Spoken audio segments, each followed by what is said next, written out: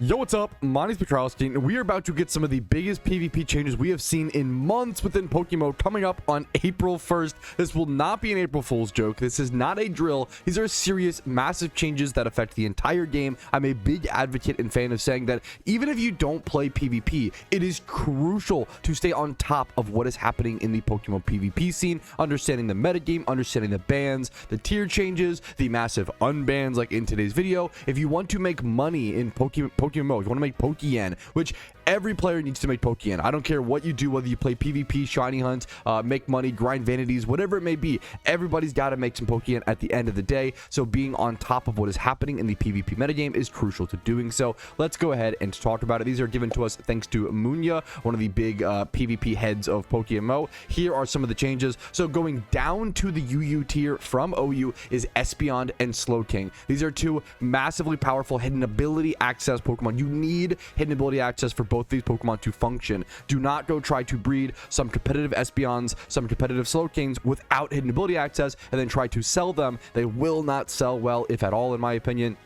Maybe to some players who unfortunately don't know any better. What makes these two Pokemon strong is Regenerator. Slowking just got access to Regenerator, very powerful ability in PvP. Espeon has access to Magic Bounce, one of the best ways to counter Stealth Rocks, one of the most powerful moves in PvP. So both these Pokemon did not get played quite enough in OU. The Espeon's Magic Bounce has been in OU for a very, very long time, ever since he got access to it. They're both moving down to UU, and just because they're in UU doesn't mean they won't get played on some niche teams in OU. Magic Bounce Espeon still might be the best slot to help certain teams, you know, flesh out the rest of their team with a psychic type attacker, as well as having that stealth rock answer.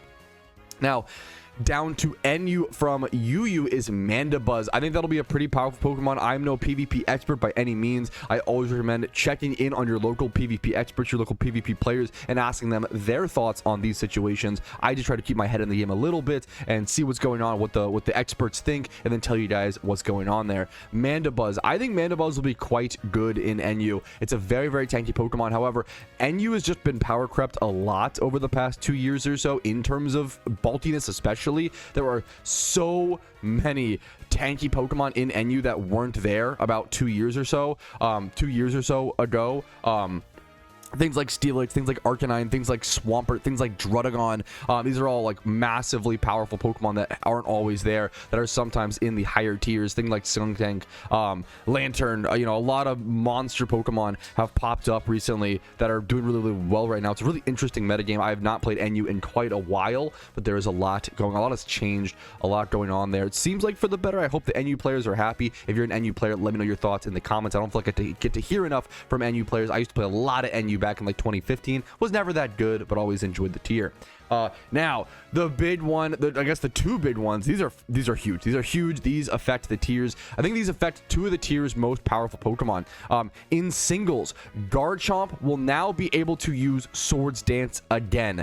Probably the most infamous ban in PokeMMO PvP is Garchomp not being able to use Swords Dance, alongside Hydreigon not being able to use Draco Meteor, with brand new legendary Pokemon being added to PokeMMO like Terrakion, Virizion, and Cobalion, as well as all the other permanently ownable legendaries like Zapdos, only having been in the game for about 3 years now, 2.5 or so years at this point.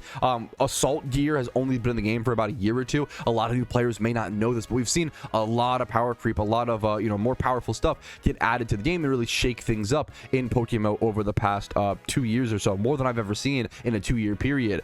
They've been testing unbanning previously banned stuff, so Garchomp with Swords Dance is going to be unbanned and be tested for the month of April, it seems like, and see if it's too oppressive still. Draco Meteor Hydreigon was actually unbanned, I want to say 2 to 3 months ago, pretty recently, for a test run, and they ended up re-banning it because it was still too good. So we'll see how Garchomp fares.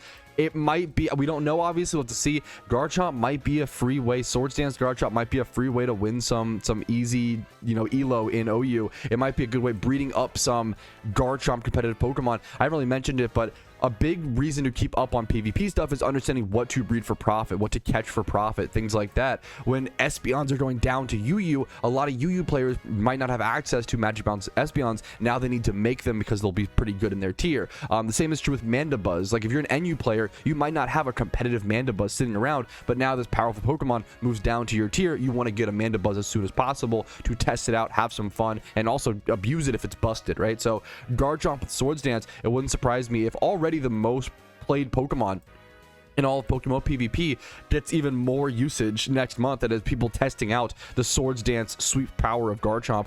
I always talk about what makes a really powerful Pokemon in PokeMMO PvP, or just any Pokemon PvP for the most part, is versatility. The fact that Garchomp, look at this, the fact that his split is 20%, 20%, 20% of 3 different builds is really, really scary. Whenever you load up into a Garchomp on the opposing team, there's no open team sheet in singles PvP. You don't know if he's Choice Scarf with, with just high damage. You don't know if he's Life Orb with like Hone Claws and Fire Blast. You don't know if he's Rocky Helmet with Special Defense Bulk or Physical Defense Bulk or Leftovers or Dragon Gem Draco Meteor. Like there's when there's so many things to decipher and so many things to figure out, what is the opponent's Garchomp, you might lose a Pokemon or two while just trying to get that information or lose some positioning. So that's what makes Garchomp so dang scary. Now him having access to Swords Dance, I'm curious to see.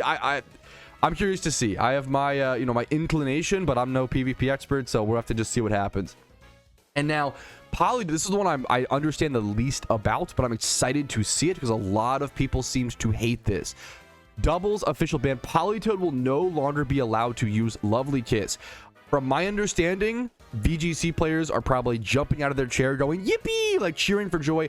I watched the VGC finals for Cup of the Year, and this looked to be, it was still really fun. Don't get me wrong, watching VGC is so fun to spectate, but this seemed to be a menace. There was Politoads just sitting on the field the entire match, spamming Lovely Kiss. They go Drizzle, they go Wide Lens to increase the accuracy of a sleep move. They go very bulky, and they will just sit there. You know what it's going to do. You know that it's going to sit there and just spam Lovely Kiss, and you just can only do so much about it, was generally the thought process, generally how oppressive this Pokemon, I think oppressive is the right word, from what I saw. Once again, as from a spectator's perspective, watching this thing just sit on the battlefield for turns and turns and turns in a doubles format, a fast-paced format, and just spam out sleep after sleep after sleep.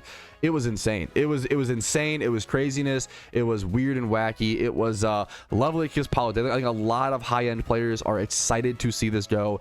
People were calling it a little bit of the circus, but from my understanding, every VGC player that I've seen talk about this and that I've talked to, high-end players, have all said VGC is an incredible format in a really good spot. They just need to ban Lovely Kiss Politoed. Like that's the only complaint I've seen from doubles players is Lovely Kiss Politoed. So I'm hoping, obviously there will always be a new thing to complain about, don't get me wrong, but I'm hoping that with this ban, VGC opens up as one of the premier formats in PokeMMO. It's a really fast-paced, beautiful, fun format. I love watching VGC. It's such an incredibly fun format to watch right now, doubles in PokeMMO. Even if you're just like if you go over to matchmaking sign up, you go over to spectate, go find yourself a doubles match, and if you've never seen one played, if you can find one that are active right now, I don't even know if there's one being played right now, which is a bummer, but they're so fun to watch when you can check them out.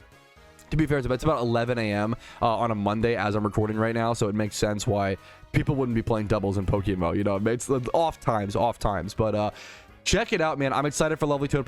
This should all be in effect as of April 1st. So should be some really positive and really eye-opening PvP changes coming up. Make sure that if you're a moneymaker, take advantage of it. Make sure that if you're a PvP player, to be aware of it and take advantage of it as well. Hopefully this update video gave you guys some good insights. Hopefully it helped you out a bit. Like it if it did. Like the video physically on YouTube. Subscribe for daily PokeMMO videos. I do upload every single day. You can follow me on Twitch for streams whenever that's possible, usually somewhere between Monday through Thursday at 12 p.m. ET, but that's been changing up a little bit recently. Discord's down below. If you want to go above and beyond and support the content, if it's been helpful enough to you, YouTube memberships, Twitch Primes, Twitch subs, and PayPal and Venmo donations do allow me to be here. But that's it for me. Have a great day and good luck in PvP, fellas.